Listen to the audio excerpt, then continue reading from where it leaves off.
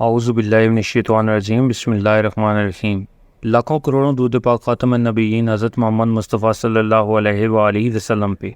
گنبد خزہ کے چاہنے والوں کو وقاص احمد کی طرف سے السلام علیکم۔ حضرت الیاس علیہ السلام کی زندگی۔ ملک شام میں ایک نیا کفر سر اٹھا رہا تھا اور لوگ دھڑا دھڑ اس کی دلدل میں ڈوبتے جا رہے تھے۔ اس کفر کی لپیٹ میں زیادہ زور لبنان کے علاقہ جات کا تھا۔ وہاں نئے سرے سے بتوں کی پوجا شروع ہو گئی تھی۔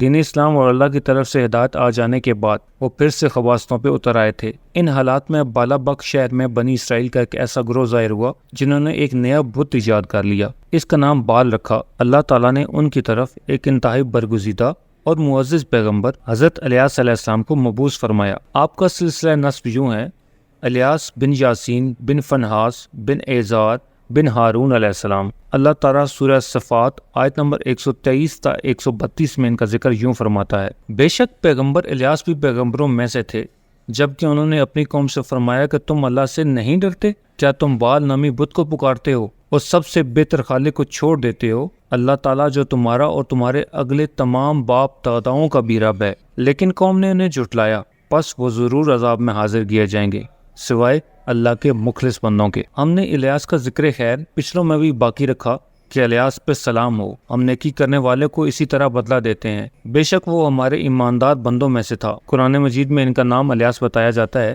انجیل میں یوحنا اور ان کو ایلیا نبی بھی کہا جاتا ہے۔ بعض آثار یہ ہیں کہ الیاس اور ادریس ایک ہی نبی کے دو نام ہیں، لیکن یہ بات درست نہیں، کیونکہ اول تو یہ آثار سند کے اعتبار سے قوی نہیں، دوسرا یہ کہ قرآن مجید میں صفات اور سورہ انعام میں الیاس علیہ السلام کے جو حالات اور اوصاف بیان کیے گئے ہیں ان میں سے کسی ایک جگہ بھی ایسا اشارہ نہیں ملتا کہ حضرت الیاس علیہ السلام کو حضرت ادریس کہا جاتا ہو، اور نہ ہی سورہ انبیاء میں جہاں ادریس علیہ السلام کا ذکر آتا ہے کوئی ایسا اشارہ ملتا ہے کہ ان کو الیاس کہا جاتا ہے۔ مورخین نے حضرت ادریس اور حضرت الیاس علیہ السلام کے جو نسب نامے بیان کیے ہیں ان سے یہ پتہ چلتا ہے کہ ان دونوں نبیوں کے درمیان صدیوں کا فاصلہ ہے، لہٰذا اگر یہ ایک ہی نبی کے دو نام ہوتے تو قرآن مجید ضرور اس کی طرف اشارہ کرتا اور مورخین بھی اس کی کوئی وجہ بیان کرتے۔ مفسرین اور مورخین کا اتفاق ہے کہ حضرت الیاس علیہ السلام شام کے باشندوں کو ہدایت کے لیے بھیجے گئے تھے اور مشہور شہر بالا بک ان کی ریاست اور تبلیغ کا مرکز تھا۔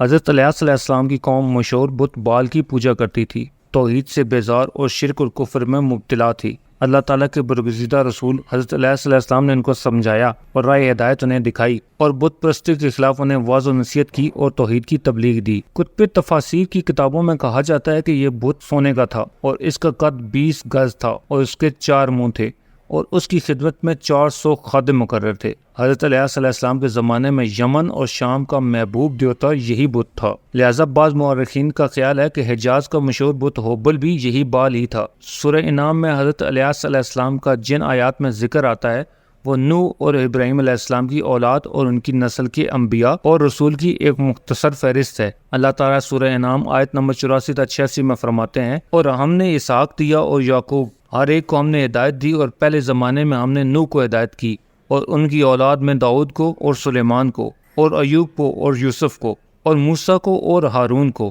اور اس طرح ہم نیک کام کرنے والوں کو جزا دیا کرتے ہیں، اور نذیر کو اور یعقوب اور یحییٰ کو اور عیسیٰ کو اور الیاس کو، یہ سب نیک لوگوں میں سے تھے، اور نیز اسماعیل کو اور یسع کو، یونس کو اور لوط کو، اور ان میں سے ہر ایک کو تمام جہان والوں کے لیے فضیلت دی۔ حضرت الیاس علیہ السلام اور ان کی قوم کا واقعہ قرآن میں بہت مختصر ہے، تاہم اس سے یہ سبق حاصل ہوتا ہے کہ بنی اسرائیل کی یہود کی ذہنیت اس درجہ مسخ ہو چکی تھی کہ دنیا کی کوئی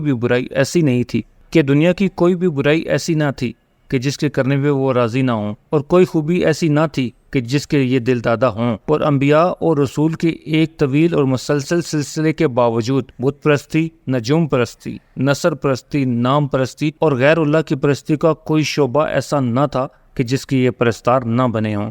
قرآن مجید میں بنی اسرائیل سے متعلق واقعات میں جہاں ان کی بدبختی اور کجروی پہ روشنی پڑتی ہے، وہاں ہمیں یہ نصیحت اور عبرت حاصل ہوتی ہے کہ جب انبیاء اور رسولوں کا سلسلہ ختم ہو چکا اور خاتم النبیین حضرت محمد مصطفیٰ صلی اللہ علیہ وآلہ وسلم کی نبوت اور قرآن مجید کے آخری پیغام میں اس سلسلے کو ختم کر دیا، تو ہمارے لیے بے حد ضروری ہے کہ بنی اسرائیل کے مسخ فطر تباہ ذہنیت کے خلاف احکام الہی کو مضبوطی سے پکڑیں اور کسی بھی قسم کی ہیلہ سازی سے کام نہ لیں، ان کی خلاف ورزی کی جرت نہ کریں، اور ہمارا شیوہ سپرد تسلیم ہونا چاہیے، نہ کہ انکار و انحراف۔ اسلام کے صرف یہی معنی ہے۔